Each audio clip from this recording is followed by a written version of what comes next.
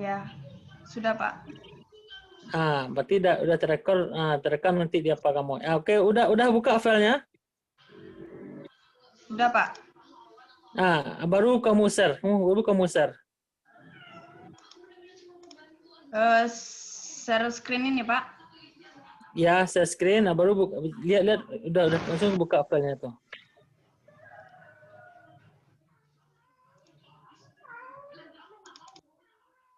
Sudah Pak. Tunggu. Ya. Itu, silakan dimulai aja sih, kamu moderatornya. Assalamualaikum warahmatullahi wabarakatuh. Waalaikumsalam warahmatullahi wabarakatuh. Bella, saya dan teman-teman dari kelompok 2 akan mempresentasikan makalah kami yang berjudul Permainan Rakyat.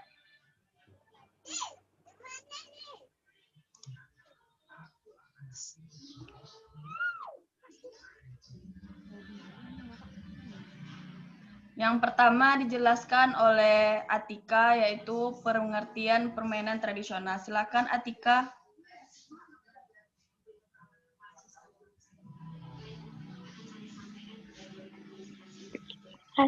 Asi duluan nggak? Si duluan yang bacain. Iya. Oke. Baik, di sini saya akan membacakan yang pertama pengertian permainan tradisional. Permainan tradisional ini sering disebut juga permainan rakyat, merupakan permainan yang tumbuh dan berkembang pada masa lalu, terutama tumbuh di masyarakat perdesaan. Permainan tradisional ini tumbuh dan berkembang berdasarkan kebutuhan masyarakat setempat. Namun dalam Kamus Besar Bahasa Indonesia, kata tradisional ini memiliki makna yaitu tradisi atau adat. Dengan pengertian tersebut disandingkan juga dengan kata permainan yang erat kaitannya dengan tradisi masyarakat setempat. Sesuai dengan adat di suatu tempat dan seringkali menjadi ide perlombaan, permainan ini diadakan untuk memperingati 17 Agustus setiap tahunnya. Jenis-jenis permainan tradisional itu ada gerobak sodor, englek, congkak, enggrang, lompat tali, dan terakhir lempar batu atau geteng.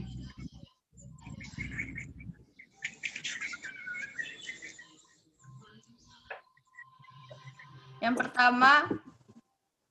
pertama ada gerobak sodor.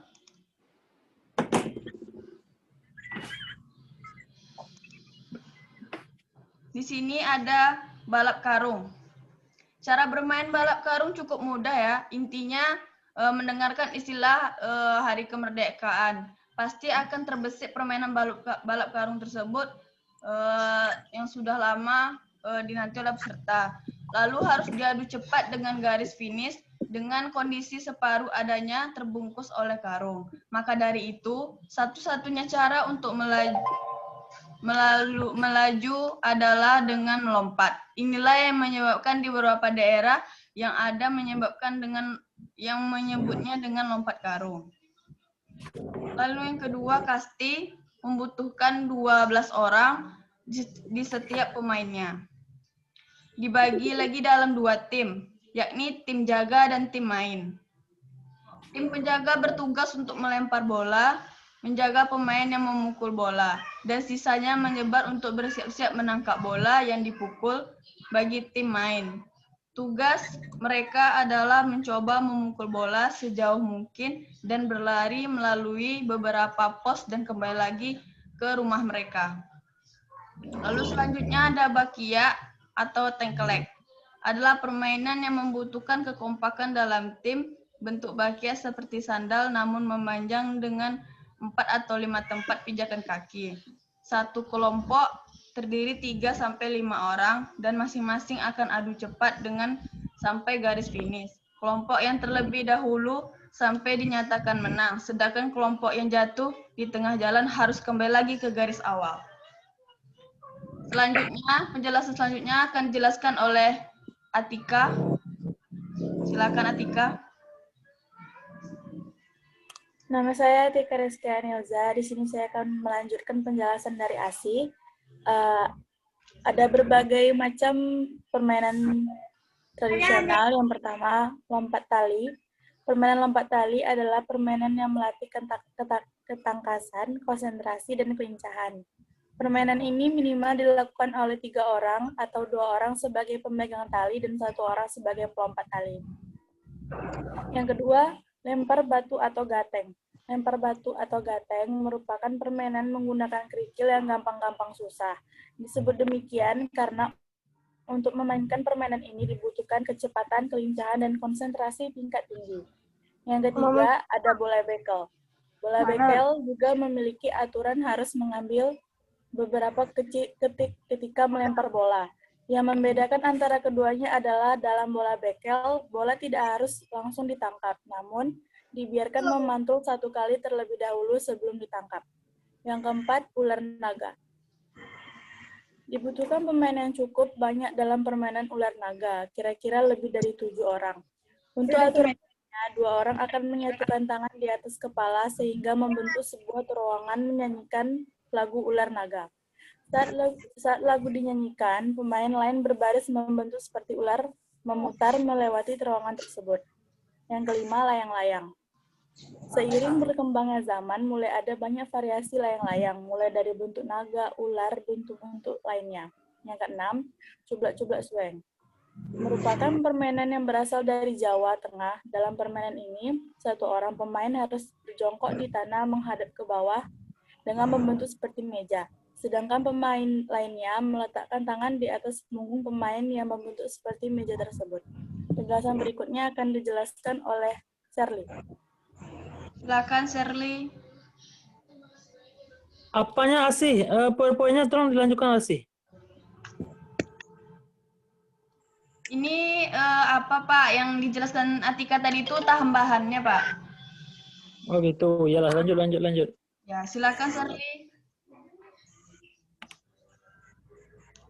Yang nggak ada nampak wajah nanti nggak absen ya.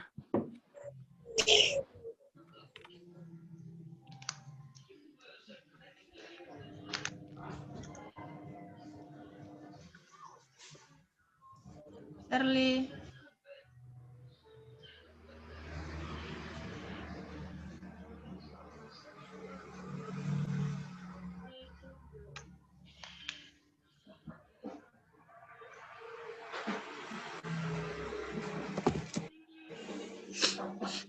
Shirley nggak ada suara atau ada masalah gangguan jaringan?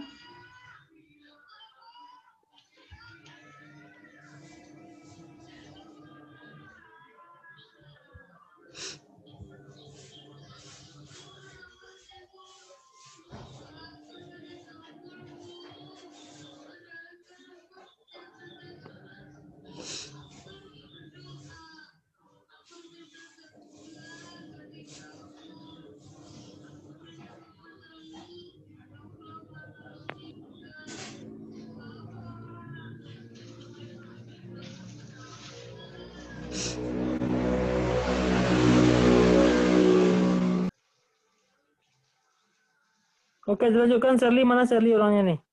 Shirley jaringannya mungkin kurang bagus Pak. Lanjutkan aja sama Yunita. Yunita ada? Ada. Iya sih. Yang selanjutnya bisa. Yunita silakan dilanjutkan ini bagian ini.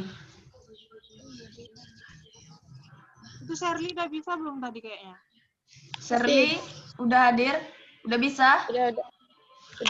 Silakan Shirley. Selanjutnya ketapel. Ketapel merupakan permainan yang terbuat dari dahan pohon berbentuk huruf Y. Dahan tersebut selanjutnya diraut dengan pisau sehingga terlihat lebih bagus. Setelah itu diberi karet untuk menghubungkan 2 titik pada huruf Y. Di tengah-tengah diberi semacam kertas sebagai peluru. Cara memainkannya mirip dengan perang-perangan bambu. Bahkan permainan ini bisa dikombinasikan dengan permainan tersebut. Selanjutnya, tali tempurung. Tali tempurung adalah permainan adu cepat seperti balap lari, namun menggunakan tempurung. sebagai alas kaki. Tempurung kelapa diberi lubang hingga terbentuk seperti sendal jepit. Kemudian diberi tali untuk menghubungkan ke tempurung kelapa tersebut. Permainan ini cukup mudah dimainkan oleh siapa saja, bahkan orang dewasa sekalipun. Sudah habis materinya sih. Sudah. Yunita, ada yang mau ditambahkan? Ya sih. Silakan. Baiklah, saya Yudita Risti akan menambahkan penjelasan dari teman saya, yaitu bio-bionan. Permainan yang berasal dari Jawa, permainan ini mirip dengan bowling yang mengharuskan melempar bola ke susunan pecahan genting yang disusun. Yang kedua yaitu garing, permainan yang dibuat dari bluk-bluk atau buah kelapa yang masih muda, lalu diikat dengan karet, dan diputar dan dilepaskan. Yang ketiga yaitu rangku alu, yaitu permainan dari tongkat yang diiringi, musik alat yang digunakan yaitu bambu panjang atau tongkat yang dibuka tutupkan. Sekian dari saya sih. Baik, Yunita. Teman-teman, sekian dari presentasi dari kelompok 2. Sudah selesai, Pak. Oke, silakan minta pertanyaan. Bagi teman-teman yang ingin bertanya, silakan. Dalam satu kelompok hanya dibatasi saja 2 ya. Silakan yang bertanya. Tiga pertanyaan semua. Tiga Sesi pertanyaan, pertama Pak. 3 pertanyaan ya. 3 pertanyaan. Baik. Kamu, Asih, dengar Asih. Ya, Pak. Kamu yang menentukan siapa yang mau yang bertanya, yang bertanya. Misalnya ada bertanya 5 orang. Kamu pilih tergantung kamu karena kamu moderatornya ya. Silakan. Notulennya silakan dicatat ya, notulen. Silakan dicatat. Izin bertanya dari Wahyu. Silakan Mutiara Mairani, silakan. Dari kelompok mana? Baiklah, saya Mutiara Mairani dari kelompok 3 ingin bertanya ke kelompok 2. Itu Oke, pertanyaan silakan. saya, adakah faktor-faktor yang dapat memicu permainan tradisional itu dapat dilupakan? Maksud saya seperti ini. Jelaskan faktor-faktor yang menyebabkan permainan-permainan tradisional itu dilupakan. Terus saya ingin bertanya juga, adakah upaya yang dapat dilakukan sebagai yang dapat kita lakukan untuk masyarakat, terutama anak-anak, tidak melupakan permainan-permainan tradisional yang kita tahu pada masa ini, permainan tradisional itu udah sangat jarang dilakukan pada masa sekarang ini, gitu. Baik, terima kasih. Jadi satu pertanyaan itu 2 ya jawabannya. Iya. Ya, baik, terima kasih Mutiara. Silahkan pertanyaan selanjutnya oleh Wahyu Junanto. Oke, hampir sama ya. Saya dari kelompok 3, hampir sama tadi pertanyaan seperti kayak Mutia. Mungkin ada sedikit-sedikit lah yang sama. Bagaimana cara kita mempertahankan budaya permainan masyarakat tersebut di era milenial? Berarti pertanyaan Wahyu udah oke udah hampir sama yang pertama nih. Ya, Jadi berarti disamain aja nanti. Jawabannya jawabannya. pertama kayak pertanyaan berikutnya. Masih ada 2 pertanyaan lagi dari yang lain. Ya. Silakan yang ingin bertanya siapa lagi? Duilana sih. Kartika sih. Silakan Duliana. Baiklah, saya Duilana Putri akan bertanya kepada kelompok 2. Apa manfaat dan tujuan dari permainan tradisional tersebut? Permainan tradisional yang telah disebutkan tersebut. Apa manfaat dan tujuannya? Manfaatnya yang ditanyanya ya. Dan tujuannya? Kartika sih. Tujuan dan manfaatnya. Iya. Ya. Sekian Terima dan terima kasih. kasih Duliana. Terakhir. Yang dilakukan oleh Sri Wahyuni, silakan. Baiklah, saya Sri Wahyuni akan bertanya kepada kelompok 2. Yang pertanyaannya, bagaimana pendapat Anda yang disebutkan Anda tersebut pada kelompok 2? Bagaimana pendapat Anda tentang permainan anak zaman dahulu dengan permainan anak milenial sekarang? Dengan teknologi yang jauh lebih canggih dari permainan tradisional. Sekian, terima kasih. Berarti ini membandingkan yang zaman dulu dengan zamannya anak milenial sekarang ya? Ya, pendapatnya. Oke, terima kasih Sri Wahyuni. Pertanyaannya sudah cukup 3 ya. Yunita, sudah cukup 3? Oke, silakan yang lain juga mencari jawabannya. Nanti siapa yang menambahkan itu nanti dapat nilai plus ya. Bagi kelompok yang ingin menjawab bisa langsung kamu kondisikan aja sih. Kita nggak lama-lama.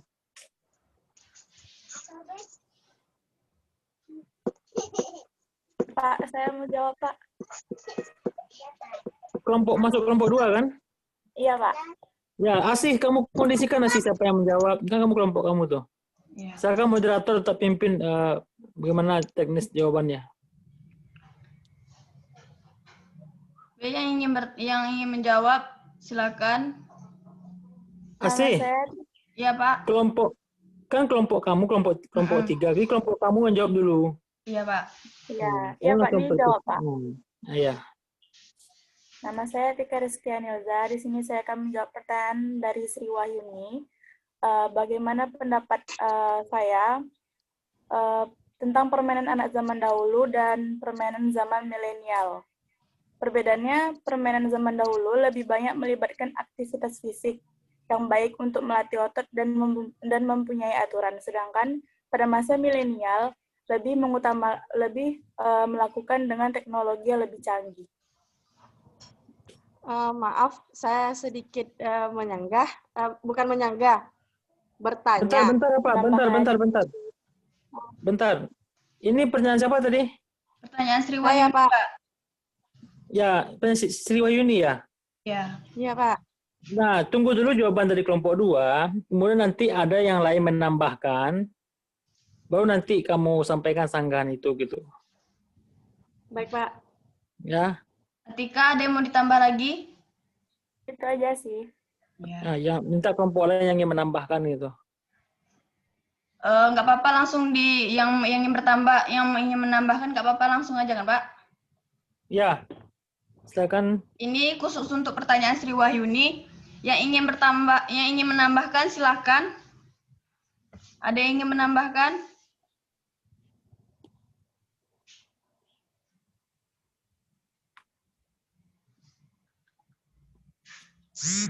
Apakah ada yang ingin menambahkan jawaban dari Atika? Coba tambahkan Andini Sasabila Lestari.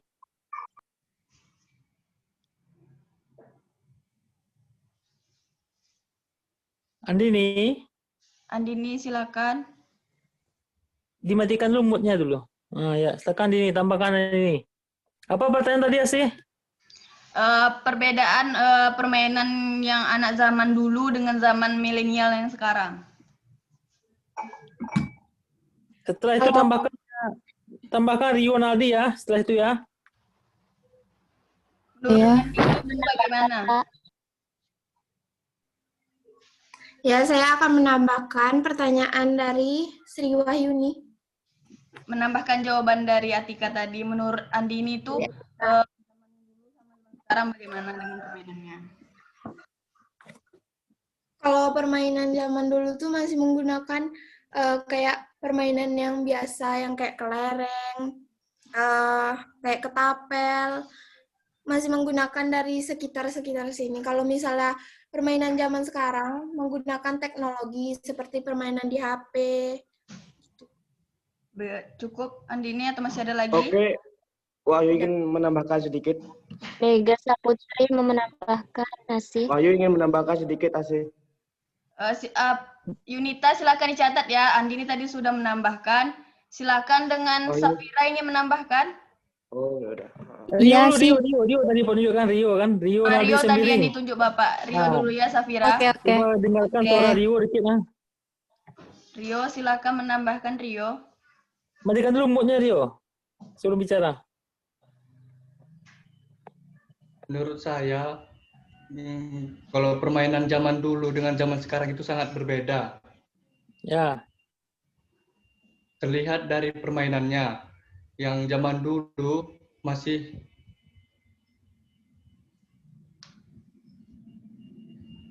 terletak pada segi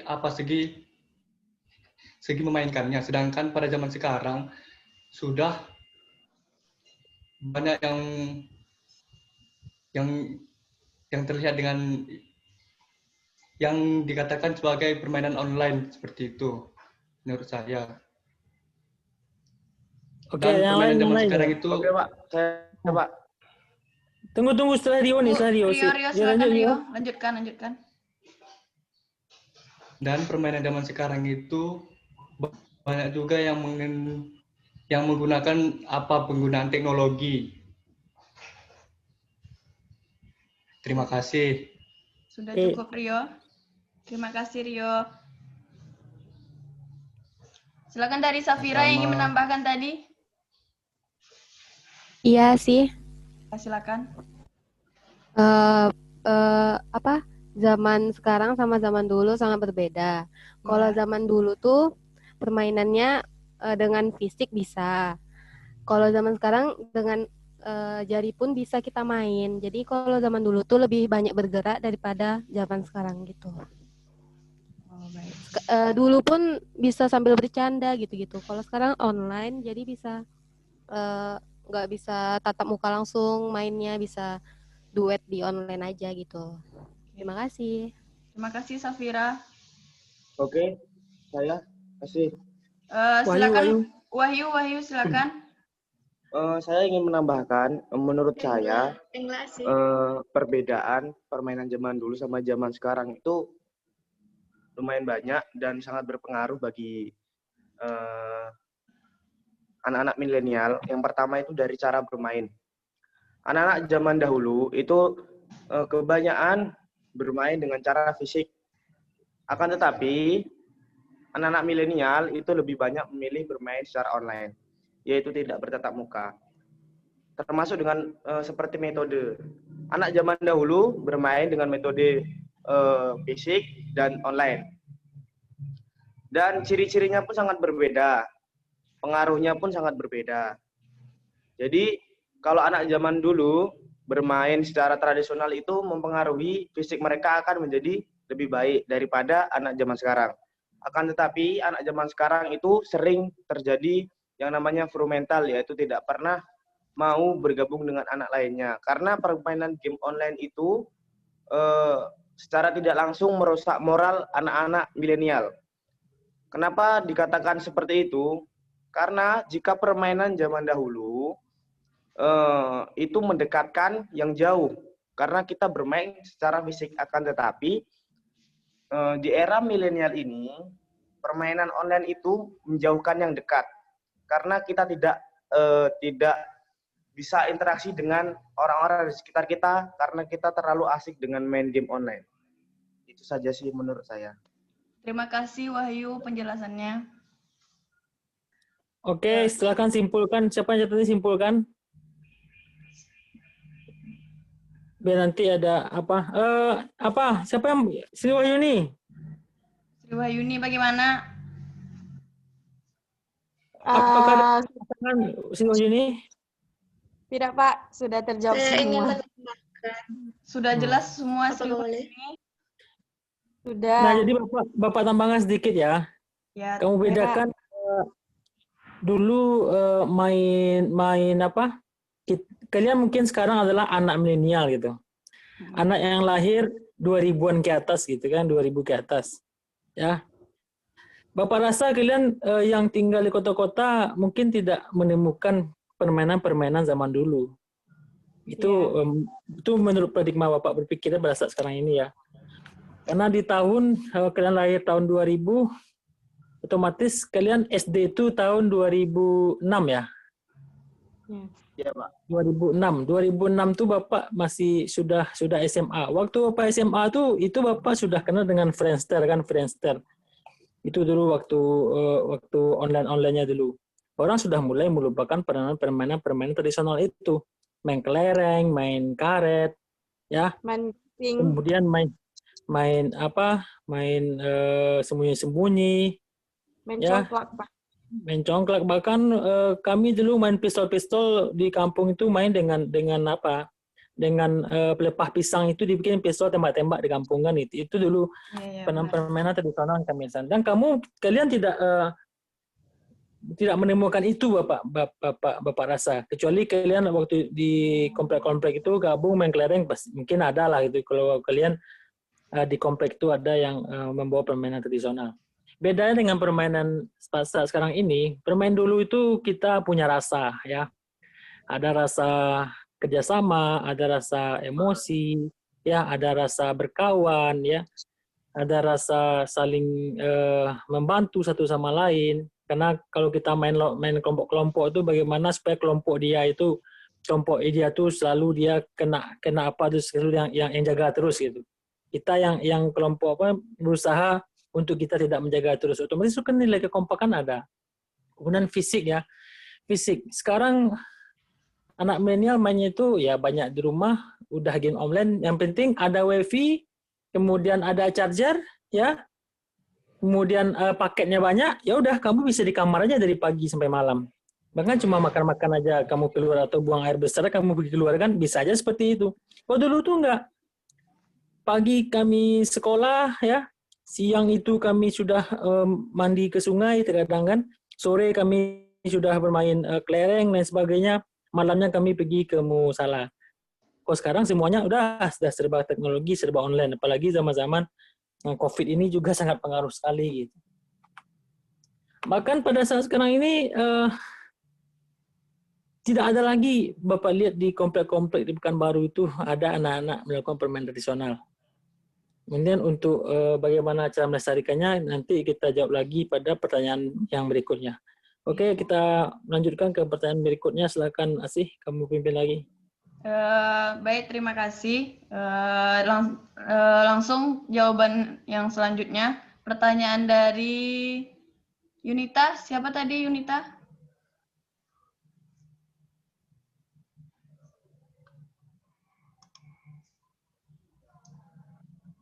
Dwiyana Putri itu bertanya tentang manfaat dan tujuan dari permainan tradisional.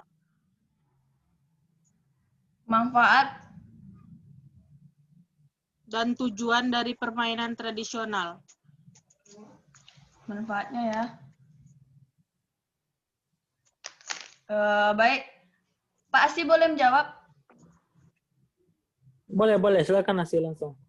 Baik, saya akan menjawab pertanyaan dari Dwi Juliana. Yang ditanya manfaat ya, manfaat dari permainan tradisional ini. Manfaat permainan dari tradisional ini tidak hanya dalam fisik saja ya, namun kita juga bisa melatih konsentrasi dan juga kekompakan bisa juga ya. Ke dalam permainan tradisional ini tidak hanya sangat beda dengan permainan yang zaman sekarang, karena di sini sudahlah kita berinteraksi, sudahlah kita melakukan yang namanya permainan itu secara langsung, juga melakukan kesepakatan yang sangat langsung. Jadi manfaat dari sini kita mudah berinteraksi, bermasyarakat kita sangat mudah, lalu kita tidak lingkungan itu kita mengetahui keadaan lingkungan itu. Jadi tidak hanya fisik saja manfaat dari permainan tradisional ini. Namun dalam permainan tradisional ini anak tidak monoton kali kepada kehidupannya yang sangat di rumah saja, tetapi mereka juga mengetahui lingkungan yang di luarnya. Jadi mereka bisa berinteraksi dengan teman-temannya, dengan masyarakat-masyarakat di luar. Bagaimana dengan Dwi? Apa sudah cukup dari jawaban dari Asi? Minta dulu yang menambahkan, silakan yang menambahkan. Mega Saputri, Pak. Silakan yang ingin menambahkan jawabannya. Asi, perlu mau menambahkan. Mega Saputri, Asi. Mega, silakan Mega. Macet ya. Kalau misalnya manfaat permainan tradisional itu sangat banyak ya. Soalnya kan itu apalagi kan kalau misalnya secara langsung dia bisa mengolah pola pikir kita menjadi lebih aktif. Bukan hanya itu, tapi bisa membuat kerjasama kita dengan orang lain juga lebih bagus. Sudah cukup, Mega? Ada lagi? Cukup nggak sih? Silakan yang ingin menambahkan. Asih, Shirley boleh nambahkan? Pulvasi. Engla asih. Silakan Engla. Sih. Silakan Engla yang ingin menambahkan. Perkenalkan nama saya Engla Busalviana. Di sini saya akan menambahkan jawabannya, yaitu manfaat dari permainan tradisional membantu mengembangkan sikap sosial, membangun kerjasama antar kelompok, bisa memecahkan masalah, yaitu seperti berpikir dengan kritis, melestarikan budaya setempat dengan adanya permainan rakyat tersebut, serta meningkatkan kebugaran.